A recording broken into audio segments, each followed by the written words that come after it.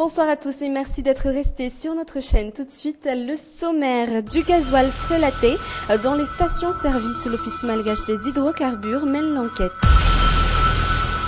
Aucun changement dans le monde de travail des taxis B. C'est le cauchemar pour les usagers dans tous les terminus à partir de 17h.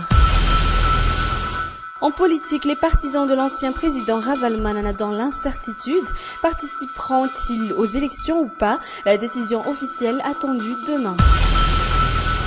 Le réseau social Twitter annonce son intention d'entrer en bourse. L'événement s'annonce comme la plus attendue après celle de Facebook l'année dernière.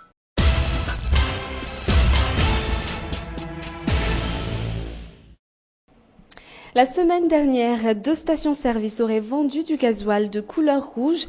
Selon l'Office malgache des hydrocarbures, il s'agit de gasoil frélaté. Une enquête est maintenant ouverte à ce sujet. Quelles sont les conséquences de l'utilisation du gasoil frélaté sur le moteur?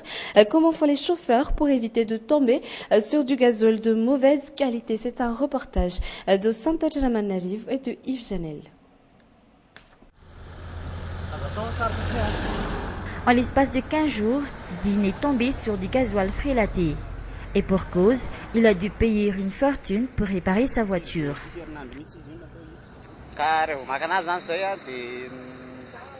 Les gasoils frélatés sont mauvais. Cela a un impact sur la puissance du véhicule qui diminue progressivement. La voiture ne démarre plus si on arrête le moteur dans les embouteillages. Quand on ouvre le réservoir du carburant, il a une odeur infecte qui en dégage. Du gasoil de mauvaise qualité. Ces derniers temps, les conducteurs sont de plus en plus prudents. La qualité de ce carburant varie selon les stations-service.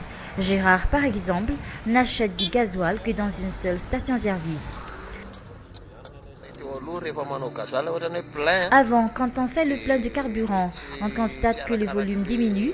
Je ne sais pas s'ils ont une technique pour diminuer la quantité de carburant à verser dans le réservoir. En tout cas, cela ne correspond pas à ce qu'on veut acheter, alors qu'on paye tout de même pour un carburant qu'on n'aura pas. Pour éviter cela, on demande aux pompistes de nous montrer que la pompe à essence verse réellement du carburant dans le réservoir. Cette situation a fait doubler le nombre de voitures à réparer chez les garagistes. Toutes, ou presque, ont un problème au niveau de la pompe à injection.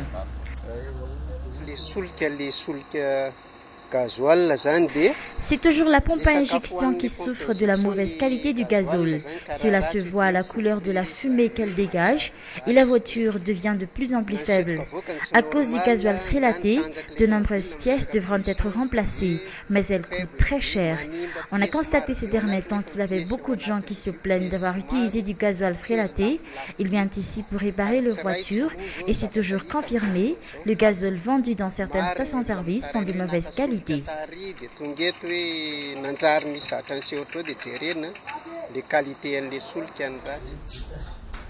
À cause du gasoil frélaté, il faut en minimum 500 milliards pour la réparation. Cette semaine, l'Office malgache des hydrocarbures a dépisté une sorte de gasoil frélaté de couleur rouge dans 2 stations-service. Une enquête est ouverte.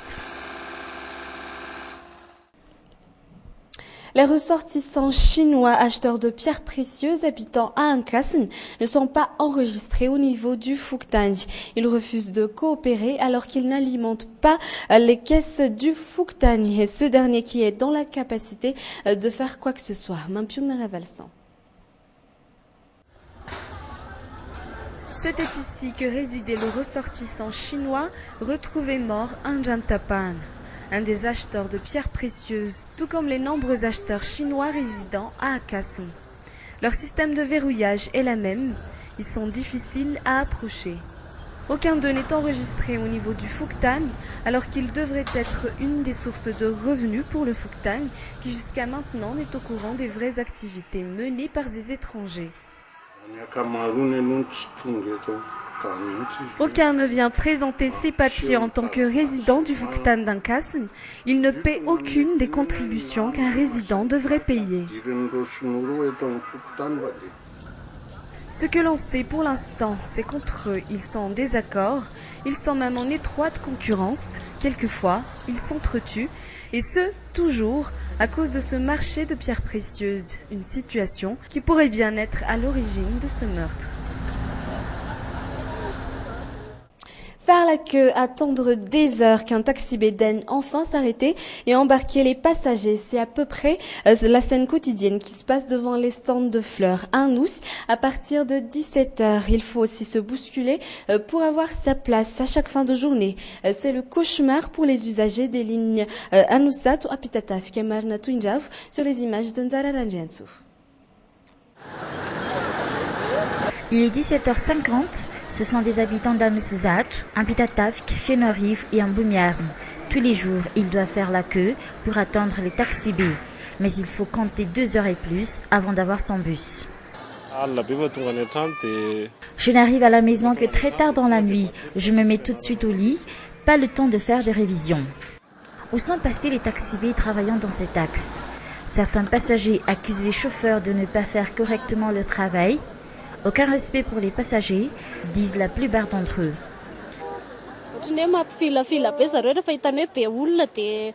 Ils nous font patienter tout le temps, surtout vers la fin de la journée. Des fois, ces bus ne font que passer et n'embarquent aucun passager. Je ne sais pas où est-ce qu'ils s'arrêtent pour chercher leurs clients. Et pourtant, quand il n'y a personne, ces bus font la queue à cet endroit.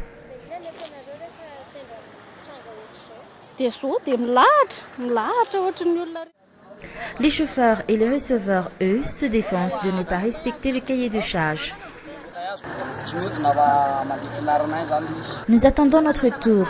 C'est faux de dire que nous ne passons pas à cet arrêt. Chaque ligne a sa propre licence. Ce n'est pas la même chose pour la ligne Apitatavk et Amboumiarn. En réalité, seuls quelques-uns d'entre eux respectent le cahier de charge. La plupart font ce qu'ils veulent. Ce sont ce genre de taxi B que ces passagers attendent impatiemment à une heure tardive. Comme ce taxi B par exemple, le chauffeur a enlevé sa pancarte. Impossible pour les passagers de deviner son itinéraire. Nous avons essayé en caméra cachée de le demander au receveur. Où est-ce que vous allez? Aucune réponse. Ces deux jeunes filles viennent d'avoir leur bus. Où est-ce que vous allez? À Neustadt. Vous vous trompez d'arrêt.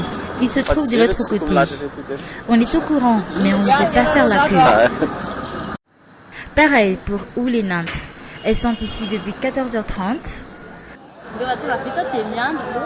Il faut être patient si on ne veut pas se bousculer. Nous ne voulons pas faire la queue là-bas. Finalement, elles ont pu monter dans un bus après 4h30 d'attente. Dans les bousculades, elles auraient pu se faire voler leur téléphone ou leur porte-monnaie.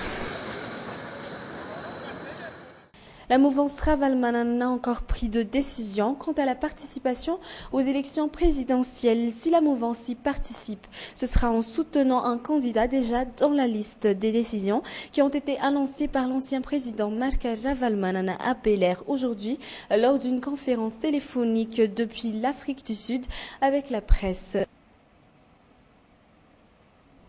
C'est la fin de ce journal. Merci de l'avoir suivi. À demain dans Viva Événement à 20h15. Au revoir.